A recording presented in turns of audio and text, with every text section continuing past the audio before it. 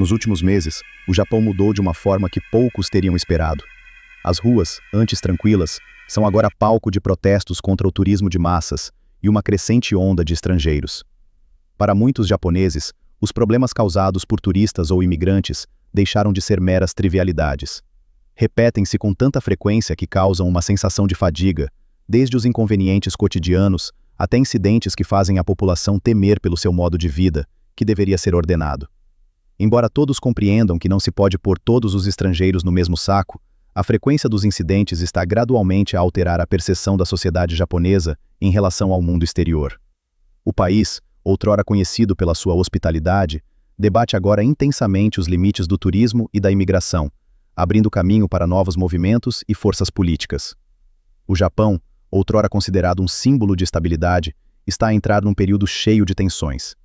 E antes de compreendermos por que razão a situação se tornou o que é hoje, temos de enfrentar a realidade. O Japão encontra-se entre a preocupação, a raiva e o medo de se perder. Um pequeno anúncio, uma grande onda de indignação.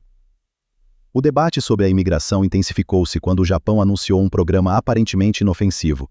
O plano de trazer estagiários de países africanos como a Nigéria, Gana, Tanzânia ou Moçambique para a formação no Japão e depois fazê-los regressar aos seus países de origem. Apenas um simples anúncio, mas a opinião pública foi imediatamente abalada. Milhares saíram às ruas em Tóquio e Osaka, empunhando faixas com slogans como "Proteger os japoneses" ou "Parar a imigração em massa". A resistência foi tão feroz que o governo teve de desmentir rumores de que o Japão se preparava para receber um fluxo de imigração em larga escala.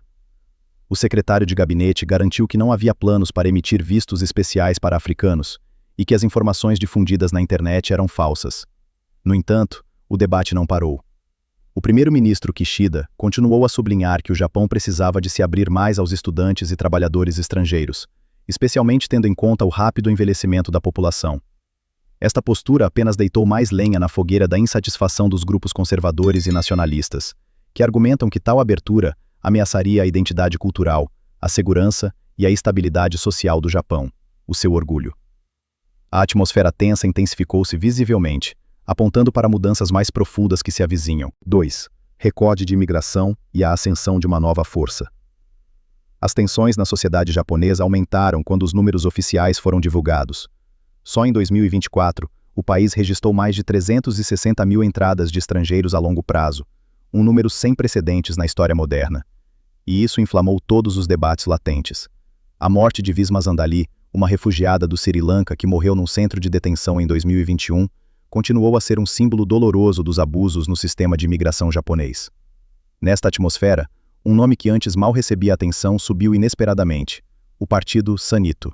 Em pouco tempo, passaram de um grupo quase desconhecido para ganhar 14 assentos no Senado em 2024, tornando-se o quarto maior partido da oposição. O seu líder, Sohei Kamiya, outrora um youtuber conservador que ganhou notoriedade durante a pandemia pelas suas declarações contra as vacinas, a globalização e a imigração, é hoje a figura política mais controversa do Japão. Muitos meios de comunicação o descrevem como de extrema-direita e teórico da conspiração. Os seus apoiantes, por outro lado, veem-no como a voz do protesto de uma parte da população que se sente ignorada. Quer se goste ou não dele, não se pode negar que o Sanito tornou a questão da imigração um tema central na política japonesa, algo que não acontecia há décadas. E a partir daqui, o país começou a trilhar um caminho completamente novo. 3. Raízes históricas. Um país outrora fechado. Para entender por que os japoneses reagem hoje com tanta sensibilidade à questão dos estrangeiros, precisamos de olhar para a história.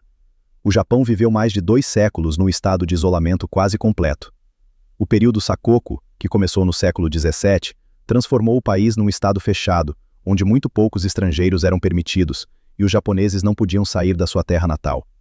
O único objetivo: proteger a cultura, religião e estabilidade política de quaisquer influências externas. Só em 1853, quando a frota do Comodoro Perry apareceu na Baía de Edo, o Japão foi forçado a abrir-se e a entrar no período de modernização. Mas mesmo com a abertura ao comércio e tecnologia ocidentais, uma reserva em relação aos estrangeiros sempre persistiu como uma espécie de memória coletiva. Após a Segunda Guerra Mundial, o país mudou novamente de forma drástica. Uma nova Constituição, o apoio dos Estados Unidos, uma velocidade espantosa de desenvolvimento econômico. Os anos 1970 1990 fizeram do Japão um símbolo de tecnologia, cultura pop e hospitalidade. O mundo inteiro afluía a Tóquio, Kyoto, Osaka, para experimentar a cultura antiga e moderna. Mas enquanto os turistas eram calorosamente bem-vindos, os imigrantes não o eram. O Japão estava pronto para se abrir a bens, carros, anime e produtos tecnológicos em todo o mundo, mas mantinha uma barreira muito rigorosa para aqueles que queriam viver lá permanentemente.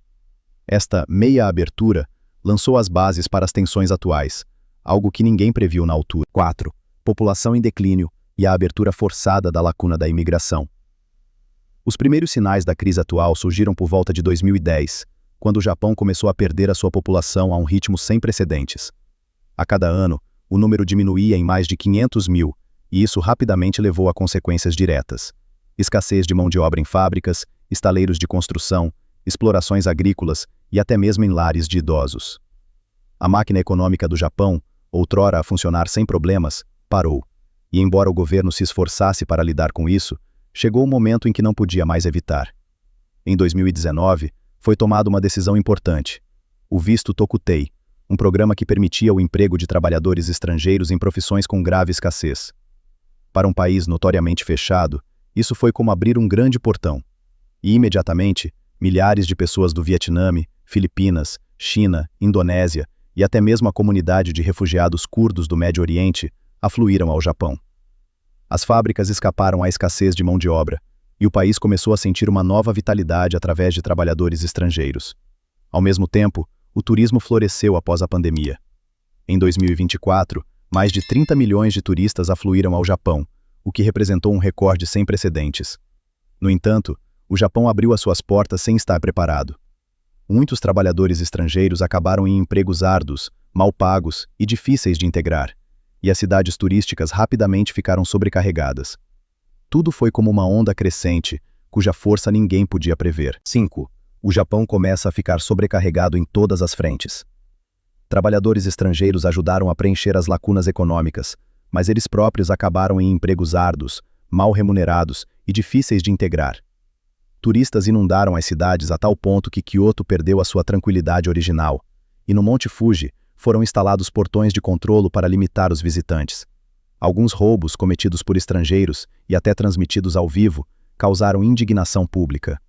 Os preços da habitação subiram, os hospitais ficaram sobrecarregados, muitos bairros mudaram tão rapidamente que os moradores sentiram que estavam a perder o controle.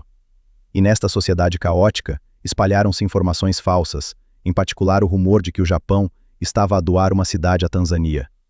Embora completamente inventado, foi o suficiente para alimentar o medo da perda de identidade e soberania. 6. Definir o rumo difícil, fechar ou continuar a abrir. Em última análise, o Japão está num dilema. A economia precisa de trabalhadores estrangeiros para funcionar, mas a sociedade está cansada e quer fechar cada vez mais as portas. Um excesso de isolamento pode levar a uma grave escassez de mão de obra. Uma abertura demasiado abrangente comporta riscos para a cultura, segurança e a estabilidade que é o orgulho do Japão. O país enfrenta um momento histórico em que cada decisão tem o seu preço. E a grande questão permanece no ar. O Japão irá proteger a sua identidade apertando as regras ou encontrará um modelo equilibrado para subsistir num mundo globalizado? Ninguém pode ainda prever a resposta com certeza.